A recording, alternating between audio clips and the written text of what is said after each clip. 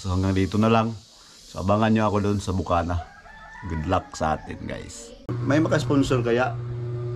50k dyan na punta ako ng Bukana. So what's up guys? Hangover. Pupunta na daw ako ng Bukana. May mga message ako natanggap guys na ako daw yung pupunta ng Bukana. Totoo ba yun? Sinaning kamot daw dahil kulang sa pansin yun. Siya yung pupunta ng Bukana. Pero guys, sa totoo lang, ang sama ng pakiramdam ko ngayon. Sakit ng ulo ko, pagod. Parang gusto ko na namang iinom ulit. Ang ganda siguro mag-fishing doon, no? Tama. Dalhin ko yung mga fishing rod ko. Ang problema lang pala, wala akong pamasahe guys. Wala ba akong sponsor? Baka may mag-sponsor sa akin dyan, mag-pamasahe pamuntang Bukana. Pero wala akong sponsor. Hanap ako ng sponsor, no? Paano kaya maka-sponsor? Hindi ko pa rin alam. Parang may naisip akong paraan. Para makapunta ako ng Bukana, guys, mag-construction muna ako. Trabaho muna ako ng construction para pamasahe. Ito pa pala, may piron pa palang problema. Pag makapunta na ako doon, saan ako matulog? Ano kainin ko? So dapat malaki-laking pira, no? Ang kailangan ko. Wala ba talaga ako sponsor?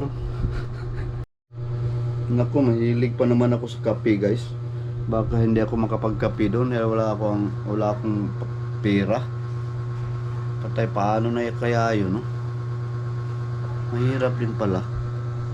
Dapat may dala akong pirang marami. Kaso lang, wala akong pera. Sana ako kukuha kung sa construction. Medyo matagalan pa tayo guys, no?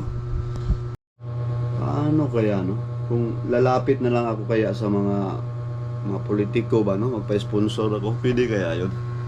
Mga mayor, mga konsihal, mga barangay tanod siguro, no? Or kung mamimigay ako ng ano guys, flyers para ilagay ko doon sa flyers na wanted sponsor, no? Para makapunta ako ng Bukana. Ano kaya? Tingin niya. Ilagay ko doon at tapos mag-post ako sa social media, no? Sa Facebook na ilagay ko doon kailangan ko ng sponsor para makapunta ako ng Bukana. Yun ba, no? Mahirap yun, mga kananing. TikTok, Facebook, YouTube, pwede ko yan siguro. Para hanapan natin ang paraan yan. Opportunity na yan, di ba? Sabi kasi nila guys, pag dadaan yung opportunity, i-grab mo na yan dahil hindi na yan babalik pa.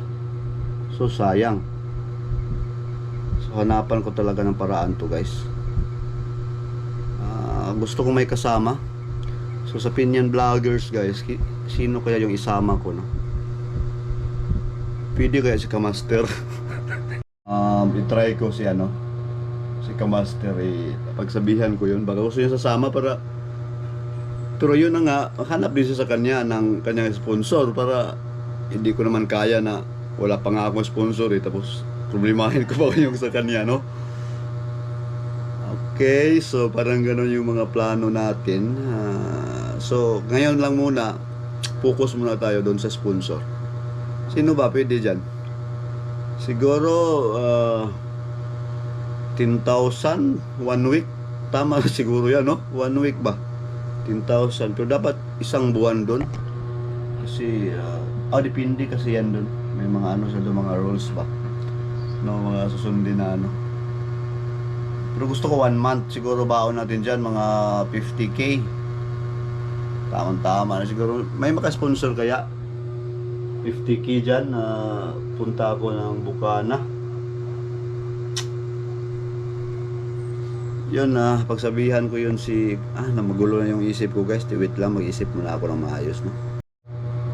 Mahirap din pala guys dahil walang maiwan ng mga anak ko. Saan ko kaya iiwan yung mga anak ko?